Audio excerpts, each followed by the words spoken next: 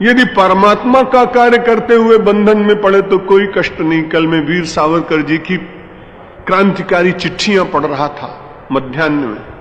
उन्होंने अपनी भाभी और अपनी पत्नी को पत्र लिखा। 21 वर्ष तक काला पानी में रहे, रोज सीमेंट से मिली हुई रोटियां खाने को दी जाती थी और कोल्हू में बैल की जगह लगाकर रोज 6 घंटे चलाने के बाद 2 किलो तेल सरसों से निकाल कर देना पड़ता। 3 महीने में केवल 5-6 कागज दिए जाते थे। वर्ष में 3 पत्र लिखने का अधिकार था और लंदन में बैरिस्टर हुए थे।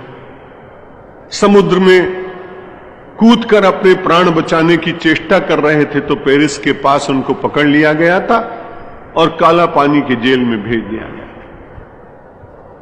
उन्होंने लिखा अपने परिवार के लोगों को कि तुम चिंता मत करना, मैं यहां बहुत कष्ट में दैहिक दृष्टि से हूं, लेकिन मुझे बहुत आनंद आता है। और उनके बड़े भाई को भी काला पानी हुआ और छोटे भाई को भी काला पानी। गणेश सावरकर, नारायण सावरकर और दामोदर सावरकर। उन्होंने बड़ा अच्छा पत्र लिखा अपनी भाभी को कि तू दुखी मत होना भाभी, हिंदुस्तान एक बहुत बड़ा सरोवर और उस सरोवर में बहुत सारे फूल खिले हुए हैं और इस भारत माता की कितनी करुणा जागी है कि उन्होंने अपने परिवार के 3 फूलों को चुना है अपनी पूजा के लिए और मुझे काले पानी के जेल में रखा है। मैं बड़ा प्रसन्न हूं।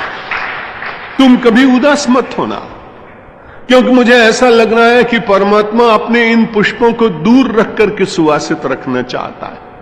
कुछ फूल ऐसे होते हैं जो परमात्मा के चरणों के निकट होते हैं, कुछ फूल ऐसे होते हैं जो पहुंच नहीं पाते, अपनी डाली पर हिल हिल कर अपने आराध्य को अपने प्रणाम समर्पित करने का प्रयत्न करते हैं। मेरी भाभी, तुम ऐसा विचार करना कि हम दूर खिले हुए तीनों भाई भारत माता बगिया के फूल हैं और यहीं से झुक झुक करके भारत की भूमि को प्रणाम कर रहे हैं। ऐसे लोगों के उस तप के कारण तो अपने इस देश को स्वतंत्रता मिली।